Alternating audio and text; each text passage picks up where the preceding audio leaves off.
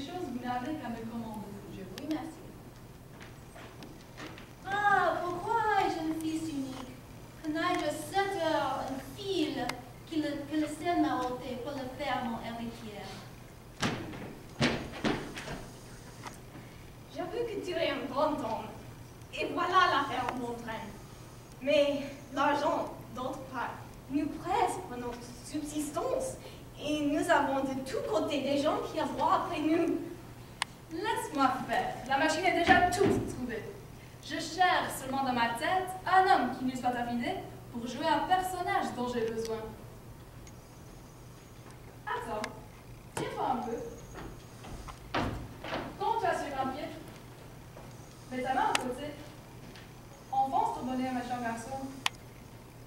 Fais les yeux furibonds. Marche un peu en bras de théâtre. Voilà qui est bien, suis-moi. J'ai les secrets pour déguiser ton visage et ta voix. Je te conjure de ne m'aller point briller avec la justice. Va, va, nous partagerons les périls en frères. Et 3 ans de galère de plus ou de moins ne sont pas pour arrêter un noble cœur. Oui, sans doute. Pas le temps qu'il fait, nos enfants ici, nos gens aux gens. Et en maintenant qu'il vient de faire rentrer le cervelle, il arrive du moment qui était près de sa vie.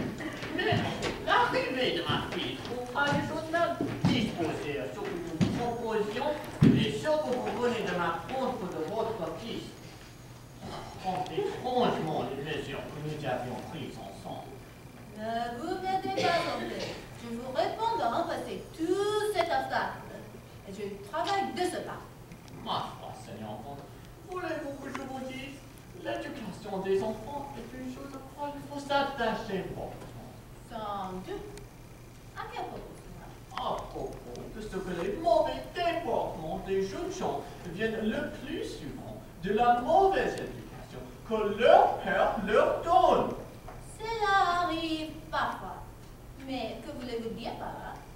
Ce que je veux dire par là, Oui. que si vous avez un brave père, bien m'originer votre fils, il ne vous aurait pas joué le tour qui vous a fait. Fort bien. Et de sorte donc vous avez bien m'originer le vôtre? Sans doute. Et je serais bien fait si tu me regardais approchant de cela. Et si ce fils que vous avez en brave père si bien m'originer a fait pis encore le mien, hein? Comment? Comment? Qu'est-ce que cela veut dire? Cela veut dire, Seigneur Géronde, qu'il ne faut pas être si prompt à condamner les conduites des autres et que ceux qui veulent glosser doivent bien regarder chez eux s'il y a quelque chose qui cloche. Je n'entends pas cette énigme. On vous l'expliquera. Est-ce que vous auriez, oui, dire quelque chose de mon fils? Peut-être. Et quoi encore? Votre scapin, dans mon dépit, ne m'a pas dit que les choses ont gros. Vous pourrez, de lui ou de quelque autre, reconstruire des détails. Et moi, je peux vite consulter des avocats pour aviser de biais de que j'apprends. Jusqu'au revoir.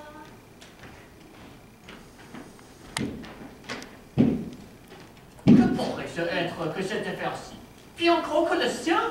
Pour moi, je ne vois pas ce que l'on peut faire. Et je trouve que se marier quand le consentement de son père est une action qui passe tout ce qu'on peut s'imaginer. Ah, vous voilà! Ah, mon père, que j'ai déjà... Doucement! Parlons un peu d'affaires. C'est vrai que je vous... Doucement! Où dis-je? Quoi? Vous me refusez, mon père, de vous exprimer mon transport pour mes emportements? Oui, nous avons quelque chose de démêlé ensemble. Et quoi? Donnez-vous que je vous vois en face. Regardez-moi entre deux yeux. Eh bien, Qu'est-ce que donc s'est passé ici? ce qui s'est passé? Qu'avez-vous fait dans mon absence? Que voulez-vous, mon père, que j'ai fait? Ce n'est pas moi qui veux que vous ayez fait, mais qui demande ce que c'est que vous avez fait. Moi, je ne fais aucune chose dont vous ayez lieu de vous plaire. Aucune chose. Non, Vous êtes bien résolu? c'est que je suis sûre de mon innocence. Scapin pourtant te dit de bonnes nouvelles. Scapin, Ah, ce mot vous fait rougir. il vous a dit quelque chose de moi? Ce n'est pas tout à fait propre vider cette affaire. Nous allons examiner ailleurs. On se rend au logis. Je vais revenir tout à l'heure. Très grave. Tu faut que tu me déshonneurs et je te renonce pour mon fils et tout va bien pour jamais te résoudre à fuir de ma présence.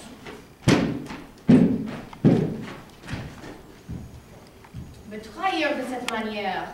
Un coquin qui doit par sans raison être le premier à cacher les choses que je lui confie et le premier à les aller découvrir à mon père. Ah, je jure le ciel que cette trahison ne demeurera pas impunie. Ah, Scapin, le ciel m'est favorable de t'envoyer à mon secours. Ah, vous voilà, je suis ravie de vous trouver, monsieur le coquin. Monsieur votre serviteur, c'est trop l'honneur que vous me faites. Ah, vous faites le méchant plaisant, je vous apprendrai. Monsieur! Ah, Léon! Non, Octave, ne me retenez point, je vous prie. Hé, monsieur! Ah, de grâce! Non, laissez-moi contenter mon ressentiment. Léon, ton nom de l'amitié, de le mettre tes poids! Monsieur, que vous ai-je fait? Ce que tu m'as fait, traître. Léon, Non, Octave, non. Je veux qu'il me confesse lui-même tout à l'heure la perfidie qu'il m'a faite. Oui, coquin, je sais le trait que tu m'as joué, on vient de me l'apprendre, mais je veux en avoir la confession de ta propre bouche, ou je vais te passer cette épée au travers du corps. Ah, monsieur, il y a ce cœur-là. Parle donc. Je vous ai fait quelque chose, monsieur. Oui, coquin, et ta conscience ne te dit que trop ce que c'est. Je vous assure que je l'ignore. Tu l'ignores. doucement! Eh bien, monsieur, puisque vous le voulez, je vous confesse que j'ai vu avec mes amis ce petit carton de vin d'Espagne dont on nous fit présent il y a quelques jours. Et c'était moi qui fis une vente au tonneau et répandis de l'eau autour pour faire croire que le vin s'était échappé. C'est toi, Panda, qui m'a bu mon vin d'Espagne et qui a été cause que j'ai tant querellé la servante, croyant que c'était elle qui m'avait fait le tour. Oui, monsieur, je vous en demande pardon. Je suis bien aise d'apprendre cela, mais ce n'est pas l'affaire dont il est question maintenant. Ce n'est pas cela, monsieur. C'est une autre affaire qui me touche bien plus et je veux que tu me la dises. Monsieur, je ne me souviens pas d'avoir fait d'autre chose. Tu ne peux pas parler. Monsieur, il est vrai qu'il y a 3 semaines que vous m'envoyâtes porter le soir une petite montre à la jeune égyptienne que vous aimez. Je revins au logis, les habits tout couverts de boue et le visage plein de sang, et vous dis que j'avais trouvé le voleur qui m'avait bien abattu et m'avait dérobé la montre. C'était moi, monsieur, qui l'avais retenu. C'est toi qui as retenu ma montre? Oui, monsieur, afin de voir quelle heure il est. J'apprends ici de jolies choses et j'ai un serviteur vraiment fidèle. Mais ce n'est pas encore cela que je demande. Ce n'est pas cela? Non, enfin, c'est autre chose encore que je veux que tu me confesses. Peste! Ah oui, j'ai hâte. Monsieur, voilà tout ce que j'ai fait. Voilà tout.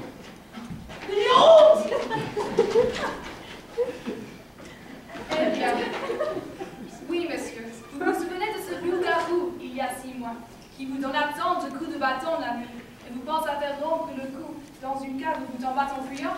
Eh bien, C'était moi, monsieur, qui faisais le loup-garou.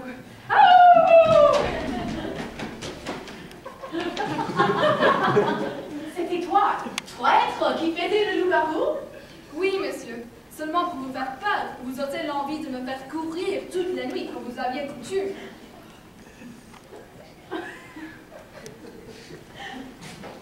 Je saurais me souvenir en temps et lieu de tout ce que je viens d'apprendre ici. Mais je veux venir au fait et que tu me confesses ce que tu as dit à mon père. À votre père? Oui, Fripon, à mon père. Je ne l'ai pas seulement vu depuis son retour. Tu ne l'as pas vu? Non, monsieur. Assurément. Assurément, c'est une chose que je vais vous faire dire par lui-même. C'est de sa propre bouche que je le tiens pour toi. Avec votre permission, il n'a pas dit la vérité.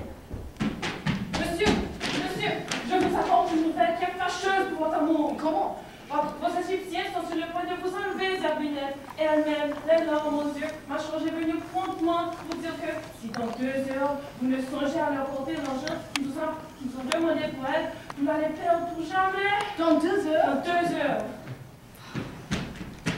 Mon pauvre Scapin, j'implore ton secours. Ah, mon pauvre Scapin! Je suis mon pauvre Scapin, à cette heure qu'on a besoin de moi. Va, je te pardonne tout ce que tu viens de me dire. Et pisse encore si tu me l'as fait. Non, non, ne me pardonnez à votre épée au travers du cœur. Non, je te conjure plutôt de me donner la vie en servant mon amour.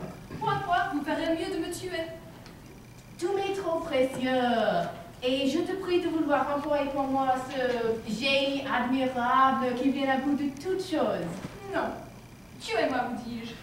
Ah, de grâce, ne songe plus à tout cela et pense à me donner le score que je te demande. Scapin me fait faire quelque chose pour lui. Je t'en demande pardon de tout mon cœur. Et s'il ne tient qu'à me jeter à tes genoux, tu m'y vois, Scapin, pour te conjurer encore une fois de ne me point abandonner. Scapin, il faut rendre celle-là. Levez-vous. Une autre fois, ne soyez point si prompte. Me promets-tu de travailler pour moi? Combien est-ce qu'il vous faut? 500 écus. Et vous? 200 pistolets. Je vous tirerai cet argent de vos pères. Pour ce qui est du vôtre, la machine est déjà toute trouvée. Et quant au bord, bien qu'avare au dernier degré, il y faudra moins de façon encore. Car vous savez que, pour l'esprit, il n'en a pas, grâce à Dieu, grande provision. Et je le livre pour une espèce d'homme à qui l'on fera toujours croire tout ce que l'on voudra. Cela ne vous offense point, il ne tombe entre lui et vous aucun soupçon de ressemblance. Mais j'aperçois venir le père d'Octave. Commençons par lui, puisqu'il se présente. Allez-vous-en, tous deux. Et vous, avertissez votre Sylvestre de venir vite jouer son rôle.